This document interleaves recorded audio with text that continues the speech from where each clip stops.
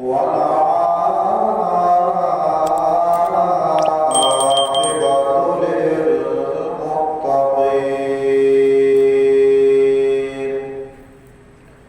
والصلاة والسلام على رسوله الكريم وعلى آله وأصحابه أجمعين. أما بعد فأعوذ بالله من الشيطان الرجيم. بسم الله الرحمن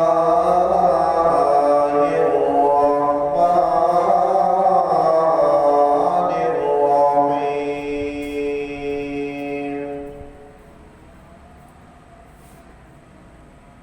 ومن الناس من يقول آمنا بالله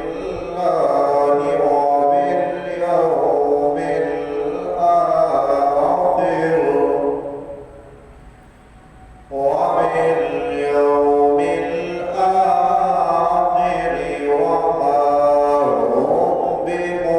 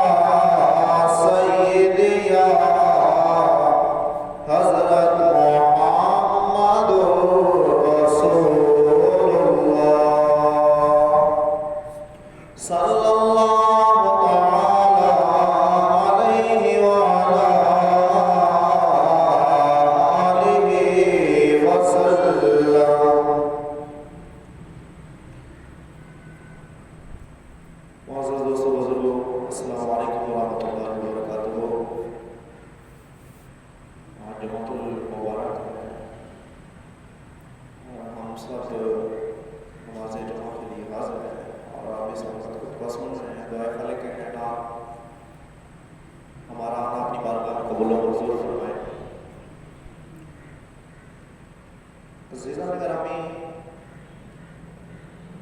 اس معاشرے کے اندر، دور حاضر کے اندر ایک چیز کی کمی پائی جاتی ہے، وہ ہے اصلاح۔ لوگ دوسروں کو اصلاح کرتے ہیں، تلقین کرتے ہیں اچھی باتوں کی، لیکن وہی لوگ دوسروں کو تو تلقین کر رہے ہوتے ہیں لیکن خود اس پر عمل پیرا نہیں ہوتے۔ اس چیز کی ہمیں بہت کمی دیکھنے کو ملتی ہے کہ دوسروں کے لیے تو اصلاحی بولے جا رہے ہیں، لیکن وہ ان باتوں پر خود عمل پیرا نہیں ہو رہے، جس کا نقصان یہ ہوتا ہے کہ وہی بندہ پھر سیدھے رستے سے بھٹک جاتا ہے،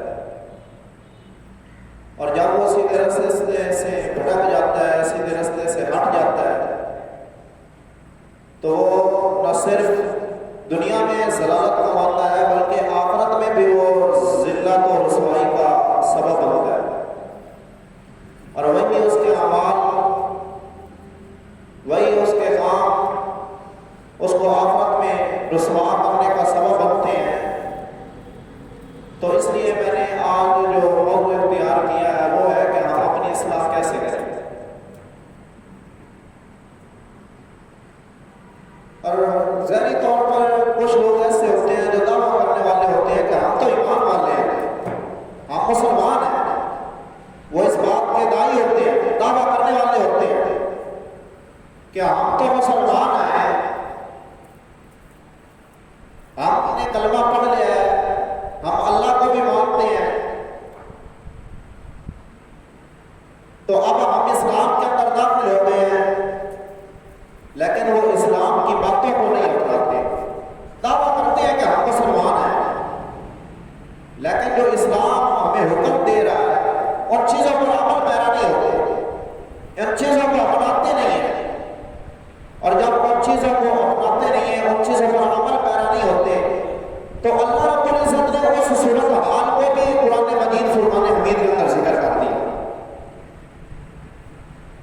کہ کچھ لوگ ایسے ہیں جو دعویٰ کرنے والے ہیں کہ ہم ایمان لے آئے اللہ پر، ہم ایمان لے آئے آخرت پر۔ رب تعالیٰ فرماتا ہے کہ یہ جو دعویٰ کر رہے ہیں نا کہ ہم اللہ پر بھی ایمان لے آئے، ہم آخرت پر بھی ایمان لے آئے، رب تعالیٰ فرماتا ہے یہ مومن نہیں ہے۔ یہ سورہ بقرہ ہے، اس کا دوسرا رکوع ہے۔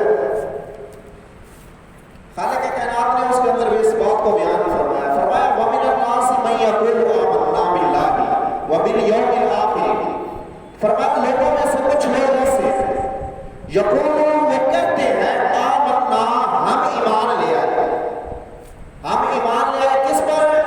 فرمایا باللہ وبالیوم الآخر، وہ کہتے ہیں کہ ہم ایمان لے آئے اللہ پر اور آخرت پر۔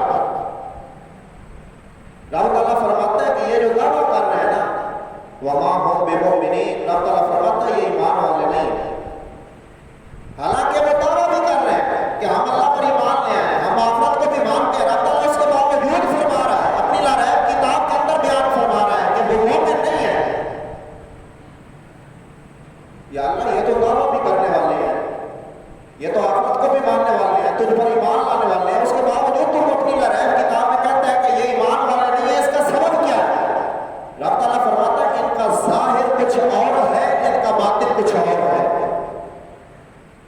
یہ اوپر سے کچھ اور ہے، اندر سے کچھ اور ہے۔ یا اللہ یہ اوپر سے کیا ہے؟ رب تعالیٰ فرماتا ہے یہ اوپر سے دھوکہ دینے والے ہیں، یہ صرف زبان کے اقراری ہے، دل کے اقراری نہیں ہے، دل سے تسلیم کرنے والے نہیں ہیں، صرف زبان سے تسلیم کرتے ہیں کہ ہم ایمان والے ہیں، ہم مسلمان ہیں، ہم اللہ کو مانتے ہیں۔ رب تعالیٰ فرماتا ہے یہ صرف زبان سے ماننے والے ہیں، دل سے ماننے والے نہیں ہیں۔ فرمایا کہ دل سے نہ مانے، صرف زبان سے مانے، رب تعالیٰ فرماتا ہے وہ مومن مسلم نہیں ہے۔ یا اللہ پھر ہے کون؟